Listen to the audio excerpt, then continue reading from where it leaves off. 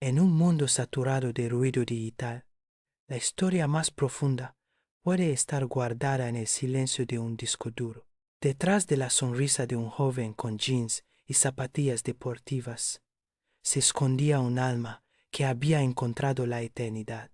Se llamaba Carlo Acutis, y aunque su vida fue un susurro de apenas 15 años, su eco resuena hoy como un trueno. Su existencia nos recuerda que los mensajes más trascendentes a menudo se escriben en los márgenes de lo que consideramos ordinario.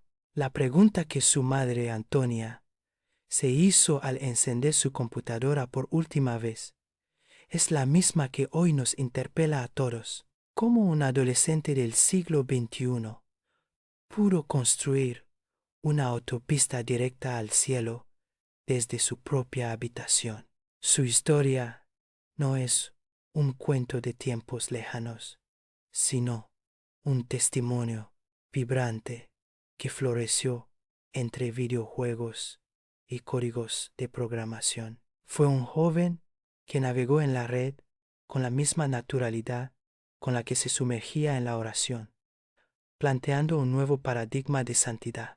Carlo creció en el corazón de Milán, una ciudad de vanguardia y moda, un lugar donde lo trascendente a menudo se pierde entre lo urgente. Sin embargo, en ese entorno floreció una fe pura e inquebrantable, una semilla de eternidad plantada en el asfalto de la modernidad.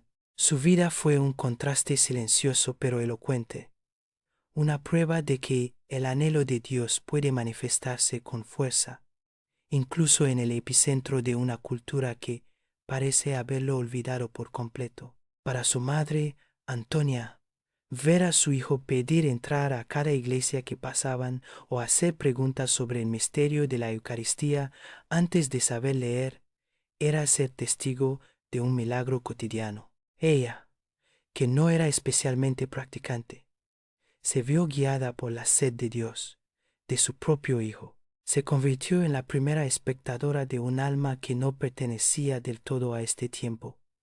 Un joven que parecía ver el cielo con más claridad que el mundo que lo rodeaba. Su historia, por tanto, comienza con esta dualidad desconcertante. Un muchacho fascinado por la tecnología, que entendía el lenguaje de las computadoras como pocos, y al mismo tiempo un alma devota cuya mayor aspiración era encontrarse con Jesús en la Eucaristía. No había en él contradicción, sino una integración asombrosa. Carlo demostró desde muy temprano que los instrumentos del presente no son un obstáculo para la fe, sino que pueden convertirse en herramientas para proclamar verdades eternas. Desde muy pequeño, el mundo de Carlo se tejió con hilos de una curiosidad que trascendía lo material. En un hogar donde la fe era más una tradición cultural que una práctica ferviente, su alma parecía sintonizar una frecuencia celestial que solo él podía escuchar. Sus padres, Andrea y Antonia, observaban con una mezcla de asombro y desconcierto cómo su hijo, apenas un niño, buscaba respuestas a preguntas que ellos mismos no se habían planteado. Era una luz inesperada en la cotidianidad de su vida en Milán. Las calles de la ciudad, con sus vitrinas y su bullicio, eran para él un camino salpicado de umbrales sagrados. Cada iglesia era una invitación, un imán irresistible para su espíritu infantil. Tiraba suavemente de la mano de su madre, no para pedir un juguete, sino para poder entrar y saludar a Jesús. Antonia, perpleja, cedía ante aquella insistencia pura, convirtiéndose en testigo de los primeros diálogos silenciosos de su hijo con lo divino, un misterio que florecía ante sus propios ojos. Antes de aprender a leer las palabras de los hombres, Carlos ya intentaba descifrar el lenguaje de Dios. Sus preguntas sobre la Eucaristía eran de una profundidad desconcertante para un niño de su edad. Quería saber por qué Jesús estaba realmente allí, en ese pequeño trozo de pan. Esta sed de comprensión no era una simple curiosidad intelectual, sino el anhelo de un corazón que ya reconocía, por instinto, la presencia más importante de su vida, su verdadero y eterno amor. Mientras sus compañeros de escuela coleccionaban figuritas o se sumergían en juegos, Carlo atesoraba momentos de oración. El rosario se convirtió en su compañero inseparable, una conversación íntima con esa Madre Celestial que él sentía tan cercana. No se aislaba del mundo. Al contrario, lo amaba profundamente, pero lo veía desde una perspectiva distinta. Su alegría no dependía de las posesiones, sino de la certeza de una amistad que lo llenaba por completo y le daba un propósito claro. Su sensibilidad espiritual se traducía en una caridad tangible y sorprendente. Ahorraba su dinero no para sí mismo, sino para comprar sacos de dormir para las personas sin hogar que encontraba en su camino. En él, la compasión no era un concepto abstracto, sino una acción inmediata. Veía el rostro de Cristo en los más necesitados y actuaba con la naturalidad de quien reconoce a un hermano, demostrando una madurez que superaba con creces sus pocos años de vida. La fe de Carlos se convirtió en un faro para su propia familia. Antonia, movida por las incansables preguntas de su hijo, sintió la necesidad de profundizar en su propia formación religiosa. Empezó a estudiar teología para poder guiarlo, pero pronto se dio cuenta de que era él quien la estaba guiando a ella. El niño se había convertido en el maestro, y su hogar, en la primera aula donde se impartía una lección de amor incondicional a Dios. Su deseo de recibir a Jesús en la Eucaristía era tan intenso que se le concedió hacer la primera comunión a los 7 años, una excepción a la norma que evidenciaba su preparación espiritual única. Aquel día marcó un antes y un después en su vida. Desde entonces, la misa diaria se convirtió en su cita ineludible, el centro gravitacional de su existencia. Él mismo la describiría más tarde como su autopista al cielo, el camino directo para encontrarse con su mejor amigo. Así, su infancia no fue simplemente la antesala de una vida notable, sino la manifestación clara de un alma elegida. Cada gesto, cada pregunta, cada acto de amor era una pieza de un mosaico que ya revelaba un diseño divino.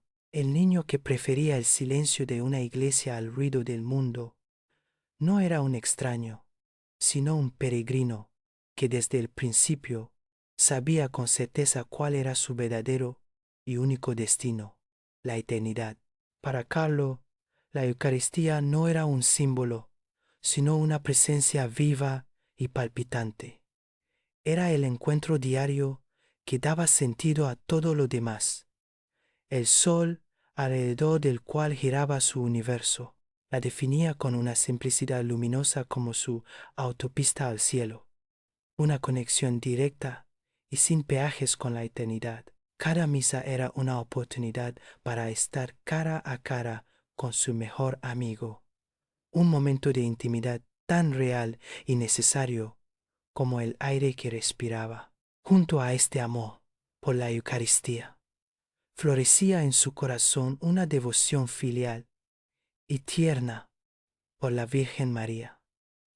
El rosario era su ancla, una conversación susurrada que lo acompañaba a lo largo del día. La consideraba su confidente y su guía más segura en el camino hacia Jesús.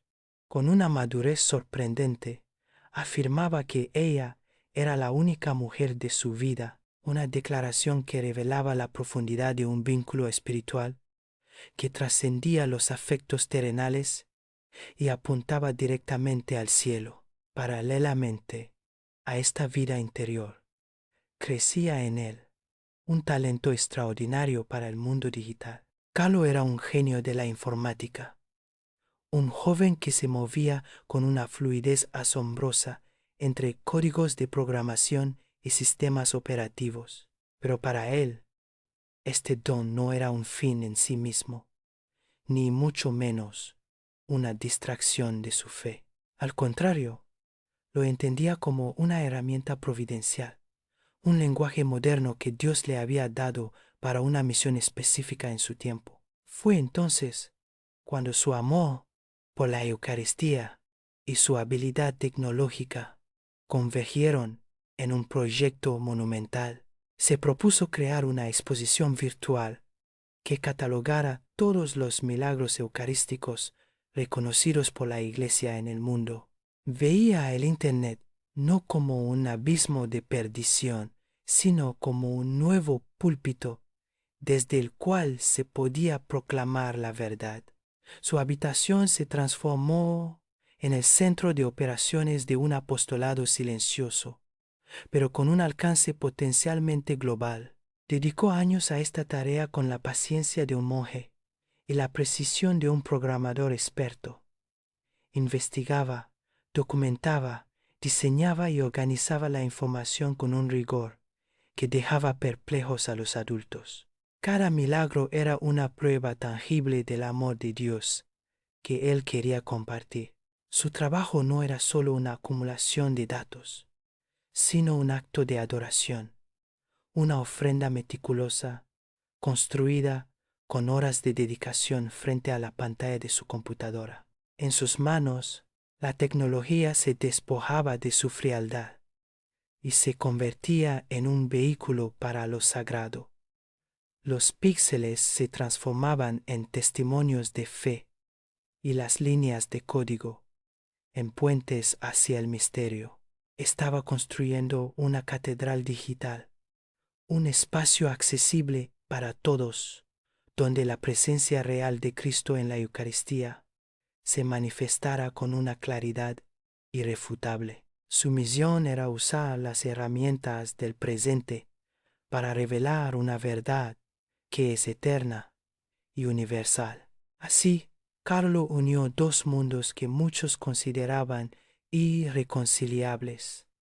Demostró que la santidad no exige una huida de la modernidad, sino su santificación. Con unos jeans, unas zapatillas y una conexión a Internet, enseñó a su generación y a las futuras que es posible navegar en las aguas del mundo digital, manteniendo el timón firmemente orientado hacia el puerto seguro de la eternidad. Su vida se convirtió en un evangelio vivo para el siglo XXI. La sinfonía de su vida, tejida entre la oración y la tecnología, se vio interrumpida por una nota discordante y abrupta.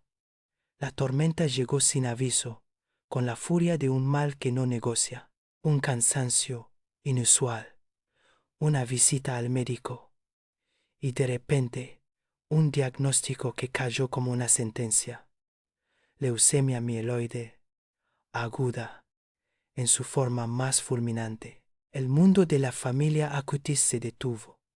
El futuro se contrajo en el espacio de una habitación de hospital, y el tiempo pareció acelerarse hacia un final inevitable. El hospital se convirtió en el nuevo escenario de su existencia, un mundo de paredes blancas y silencios medidos por el goteo de las intravenosas, pero donde los médicos y enfermeras esperaban encontrar el miedo o la desesperación propios de un adolescente ante la muerte, hallaron una serenidad que desarmaba. Carlo no se quejaba, no preguntaba por qué.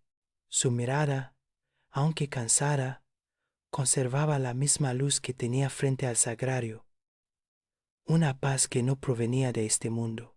Fue en ese lecho, transformado en su último altar, donde pronunció las palabras que sellarían su testamento espiritual.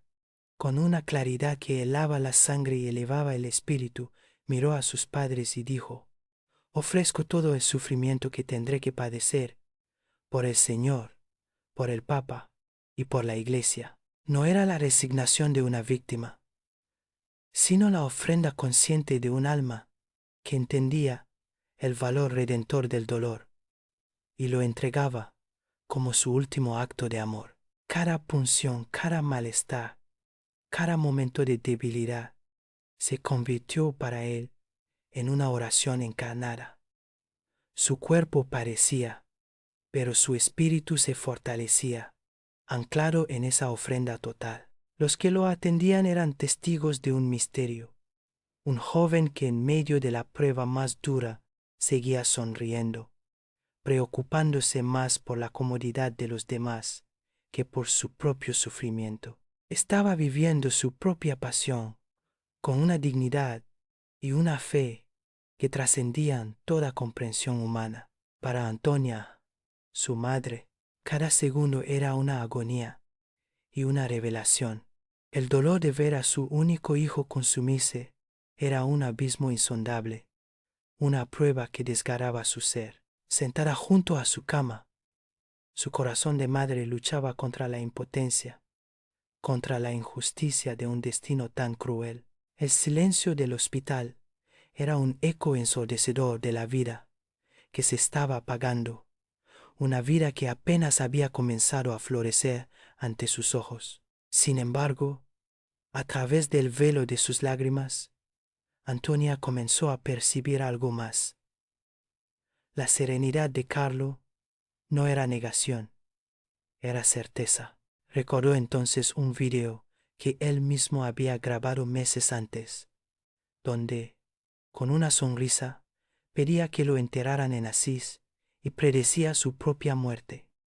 Lo que antes parecía una ocurrencia adolescente, ahora se revelaba como una intuición profética. Su hijo no estaba siendo arrebatado, se estaba entregando, cumpliendo un plan más grande. El personal del hospital, acostumbrado al drama de la vida y la muerte, se sentía conmovido por aquel joven extraordinario. No hablaba mucho de Dios, pero su sola presencia era una catequesis silenciosa. Su capacidad para soportar el dolor sin una queja, su constante sonrisa, se convirtieron en un testimonio viviente que interpelaba a todos. La habitación de Carlo dejó de ser un lugar de tragedia para convertirse en un umbral hacia lo sagrado, un punto de encuentro con lo inexplicable. Así, la enfermedad no fue una derrota, sino el crisol donde su santidad se purificó y brilló con su máxima intensidad. Fue el punto de virada donde el joven genio de la informática completó su misión terrenal, no con un último código de programación, sino con la ofrenda total de sí mismo. Su cuerpo se debilitaba, pero su alma se preparaba para el viaje final por esa autopista al cielo que él tanto había anhelado durante su corta e intensa vida. El final llegó con la velocidad de un relámpago, apenas 3 días después del diagnóstico. El 12 de octubre de 2006, la maquinaria que medía los latidos de su vida terrenal enmudeció. Por un instante, el único sonido en la habitación fue el aliento suspendido de sus padres, testigos del adiós irreversible. El cuerpo se había rendido. El viaje por este mundo había concluido con una frialdad clínica que parecía desmentir la inmensa paz que él había irradiado. Sus ojos se cerraron, pero su alma ya emprendía el vuelo. Un silencio ensordecedor se instaló en el hogar de los Acutis. El vacío dejado por Carlo era un abismo que consumía cada rincón, cada recuerdo. Para Antonia Andrea, el dolor se convirtió en una presencia física, un recordatorio constante de un futuro que les había sido arrebatado. El mundo exterior continuaba su ritmo frenético, ajeno a la pérdida monumental que había fracturado su universo. La ilusión de la derrota era absoluta, un pesado manto que parecía extinguir toda llama de esperanza en sus corazones. Sin embargo, en medio de la desolación, una verdad distinta comenzó a manifestarse, sutil como un susurro. La muerte se había llevado su cuerpo, pero no podía tocar la esencia de su espíritu. El recuerdo de su ofrenda serena, de su fe inquebrantable ante el sufrimiento, empezó a tejer una contranarrativa silenciosa a la tragedia. Poco a poco, su familia comprendió que aquella partida no era un final, sino un tránsito. El velo de la pérdida comenzaba a rasgarse, revelando los contornos de una presencia eterna. Carlo había repetido a menudo una frase que ahora resonaba con una fuerza profética. Todos nacen como originales, pero muchos mueren como fotocopias. Él vivió y murió como un original absoluto, negándose a diluir su identidad para encajar en los moldes del mundo. Su vida fue una obra maestra de autenticidad, y su muerte, la pincelada final y audaz de ese lienzo. No fue el fin trágico de una vida joven, sino la culminación triunfante de un alma que cumplió su diseño único. Su funeral se convirtió en el primer testimonio de su legado oculto. Junto a familiares y amigos, una multitud de rostros desconocidos llenó la iglesia, muchos de ellos pertenecientes a las personas sin hogar, a las que Carlo había ayudado en secreto. Acudieron a despedir a su joven benefactor, revelando una dimensión de su caridad que ni sus propios padres conocían del todo. En aquel dolor compartido, la ilusión de una pérdida solitaria comenzó a disolverse, dando paso al reconocimiento de una luz común. Tal como lo había pedido, su cuerpo fue llevado a Asís para descansar, la ciudad de San Francisco, un lugar que vibraba en sintonía con su propio espíritu de sencillez y amor a Dios. Aquel último viaje no fue un acto de sepultura, sino de siembra.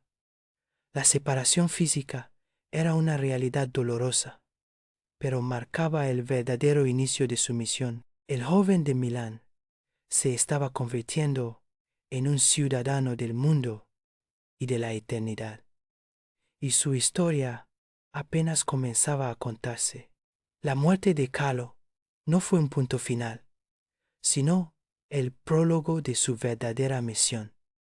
Lo que en vida fue un apostolado silencioso, se convirtió tras su partida en una onda expansiva de gracia. Su historia, transmitida de boca en boca, comenzó a encender una curiosidad profunda en miles de almas.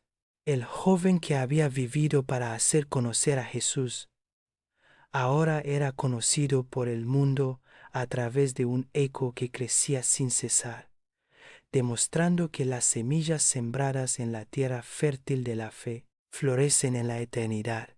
El ordenador que su madre guardó como una reliquia se reveló como el cofre de un tesoro invaluable. Al explorarlo, Antonia no encontró solo recuerdos, sino la obra de una vida, meticulosamente organizada y lista para ser compartida. La exposición sobre los milagros eucarísticos era su testamento, su último mensaje no escrito con palabras, sino con años de dedicación. Desde ese disco duro, la voz de Carlo comenzó a hablarle a una audiencia global, superando las barreras del tiempo y del espacio. Su exposición virtual se materializó en paneles que viajaron por los 5 continentes, llegando a parroquias, escuelas y santuarios. El proyecto de un adolescente en su habitación de Milán se transformó en un instrumento de evangelización mundial. Cada persona que se detenía a leer sobre aquellos milagros se encontraba también con la historia del joven que los había compilado. Carlos se convirtió en el mensajero y en el mensaje, un testimonio vivo de que el amor por la Eucaristía puede cambiar el mundo. Pronto, los frutos de su intercesión comenzaron a manifestarse. Llegaban testimonios de conversiones inexplicables, de jóvenes que redescubrían la fe, de familias que volvían a la oración, inspirados por su ejemplo. Veían en él no a un santo de vitral, sino a un amigo cercano, un compañero de viaje que entendía sus luchas y sus anhelos. Carlo se estaba convirtiendo en un faro para una generación que buscaba un sentido auténtico en medio del ruido digital del mundo moderno. La Iglesia, atenta a la voz del pueblo, inició formalmente su causa de beatificación. El proceso no era solo un reconocimiento a su vida virtuosa, sino una confirmación de que su mensaje era urgente y necesario para el tiempo presente. Investigadores y teólogos estudiaron sus escritos y su vida, descubriendo una coherencia asombrosa entre su fe profunda y su existencia cotidiana. La fama de santidad que lo rodeaba se consolidaba con cada testimonio recogido, con cada vida transformada por su ejemplo. En 2020, durante el reconocimiento canónico de sus restos, el mundo fue testigo de un signo extraordinario. Su cuerpo fue hallado en un estado de conservación sorprendente, incorrupto. La imagen de aquel joven, vestido con jeans y zapatillas deportivas, yaciendo en paz, recorrió el planeta. No era una imagen lúgubre, sino un poderoso símbolo de vida y esperanza, un sello celestial que parecía confirmar la santidad de un alma que había vivido con la mirada fija en el paraíso. El milagro definitivo para su beatificación llegó desde Brasil. Un niño, desahuciado por una grave enfermedad pancreática, sanó de manera completa e instantánea tras tocar una reliquia de Carlo. El evento, rigurosamente estudiado y declarado científicamente inexplicable por los médicos, fue la prueba que la Iglesia esperaba. Desde el cielo, Carlos seguía obrando, demostrando que su conexión con la tierra no se había roto, sino que se había transformado en una poderosa intercesión por los que sufren. El 10 de octubre de 2020, en la Basílica de San Francisco de Asís, Carlo Acutis fue proclamado beato, el primer millennial en los altares, un santo de la puerta de al lado, como lo llamó el Papa Francisco. Su beatificación fue una celebración global, una afirmación de que la santidad no es una meta inalcanzable, sino una vocación para todos, posible en cualquier época y con las herramientas de cada tiempo. Se convirtió oficialmente en un modelo para la juventud del siglo XXI. Así, Carlos se erigió como un ícono universal de una fe encarnada en la modernidad. Demostró que no hay contradicción entre amar a Dios y amar la tecnología, entre la oración profunda y una vida normal de joven. Se convirtió en un puente entre el cielo y la era digital, enseñando que cada like, cada línea de código, cada momento en línea puede ser una oportunidad para glorificar a Dios y para construir un mundo mejor, más humano y más cercano al plan divino. Su historia, por tanto, no concluye con su beatificación, sino que se abre como una invitación personal y universal. La vida de Carlo Acutis es un espejo que nos interpela, una pregunta resonante que flota en el aire. ¿Cuál es la autopista que estamos construyendo con nuestra propia vida? Su legado no es solo un recuerdo, sino un llamado a la acción, un recordatorio luminoso de que la santidad es la aventura más grande y que el cielo es una meta al alcance de todos. La historia de Carlo Acutis, descubierta en el corazón de un ordenador, trasciende la anécdota de un joven piadoso. Se revela como el manifiesto de un profeta de su tiempo, un alma enviada para mostrar que la santidad no es una reliquia del pasado, sino una posibilidad vibrante y actual. No nos pide renunciar al mundo digital, sino santificarlo, usar cada clic y cada conexión para elevar el alma. Su vida fue una demostración de que el cielo no está reñido con la modernidad. Su profecía no consistió en predecir el futuro, sino en iluminar el presente con una luz eterna. Carlo enseñó, con su propio ejemplo, que la tecnología no es un enemigo de la fe, sino un continente inexplorado, un nuevo púlpito desde el cual se puede proclamar la belleza del Evangelio. Su genialidad no fue solo programar computadoras, sino programar un nuevo camino de santidad para el siglo XXI, accesible a todos los que navegan en la red de la vida moderna. Su famosa frase, "Todos nacen como originales, pero muchos mueren como fotocopias", es la clave de su legado. Él vivió y murió como un original absoluto, un diseño único de Dios que no se dejó moldear por las presiones del mundo.